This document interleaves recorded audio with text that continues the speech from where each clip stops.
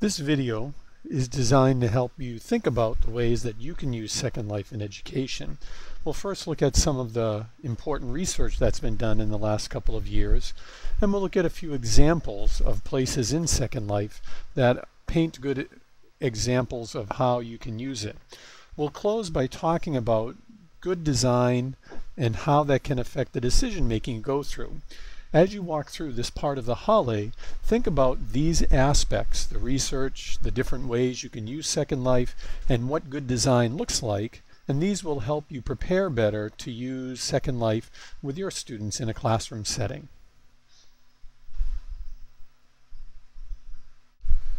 Chris Deedy out of Harvard has studied immersive worlds for over 2 decades. In his research, he's found that 3 specific aspects of virtual worlds, and Second Life is an example of that, can really support learning powerfully. One is the way that you can create multiple perspectives by having an avatar, a presence in a virtual world, go through and look at different ways of material. It's also situated. It allows the learner to be in the presence of the world and to be able to understand it in context. And because they're in context, they can take that information and transfer it better.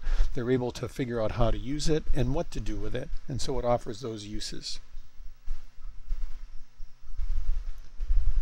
Warburton wrote an article about the value of virtual worlds, and he talks about the persistence. When you're in a world, you have an opportunity to really be present in it.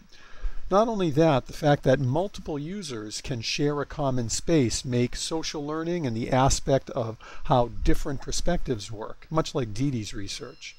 There's also the interactions that happen between the users and the environment. Since you can move through and touch and create interaction, it's much more powerful.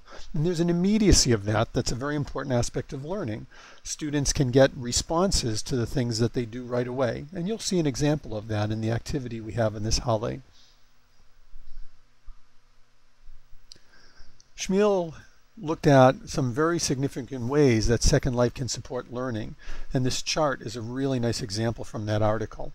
There's the added value that virtual worlds bring, and Schmiel makes correctly the point that we should only do things if they add value to what we're doing.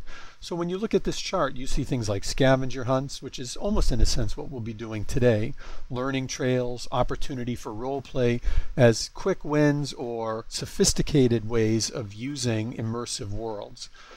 This is an excellent way to look at any site you might have and ask yourself, does it meet the 3D added and the design values that would add to instructional practice? As a last point of research, LIM has 6 types of experiences or learnings that can help support a learning platform. The opportunity for students to explore, the opportunity for them to construct and build, as we said earlier, that sense of presence or being, the opportunity for social learning, for collaboration, to have an ownership that allows one to champion, to feel like they have a stewardship role in an environment, and the creative aspect, which allows them to express themselves and to take on roles and identities that would make them more powerful as learners. These are all excellent examples of that. So let's take an example here.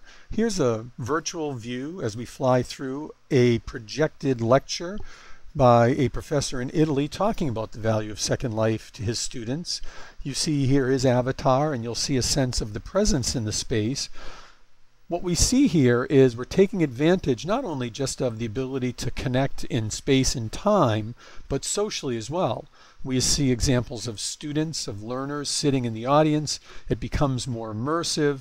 There's a sense of real presence. You have a sense that you're really part of this lecture, not detached from it. And that opportunity to switch your view is a very powerful one indeed. Another example that we can look at is how collaboration can best be supported. The social nature that we have, and we can set up a variety of ways, sitting around a campfire and having informal conversation, creating spaces in learning centers for groups to come together, to build, to reflect, to share ideas, to allow spaces to have group interaction. One of the powerful aspects of virtual worlds is the multiple modes that we can use to communicate. we can use text, we can use voice, we can share documents across the platform. And so there's many ways for learners to interact and to build knowledge together. And that can be a very powerful motivating factor. And research has shown social and collaborative nature of learning environments creates a much bigger opportunity for learning. We can also create the opportunity for learning to happen with construction. Here's an example of an architect student who's going from a two-dimensional floor plan to being able to construct the environment from the ground up. Now, although this isn't low-hanging fruit, it takes some work to learn how to build in Second Life. The opportunity to create a virtual space that never existed before adds an exciting value to Second Life and virtual worlds. And lastly, what we're going to be mimicking in this holiday is a virtual trip to a content-specific area. And what we're seeing here is my avatar dressed in medieval garb walking through a Renaissance village. As I walk through, I might look up to a board, and as I look at that board, it might tell me that there's events happening. Social events that might be jousting or Shakespearean play performance or interactions with vendors or tradesmen at that time and period.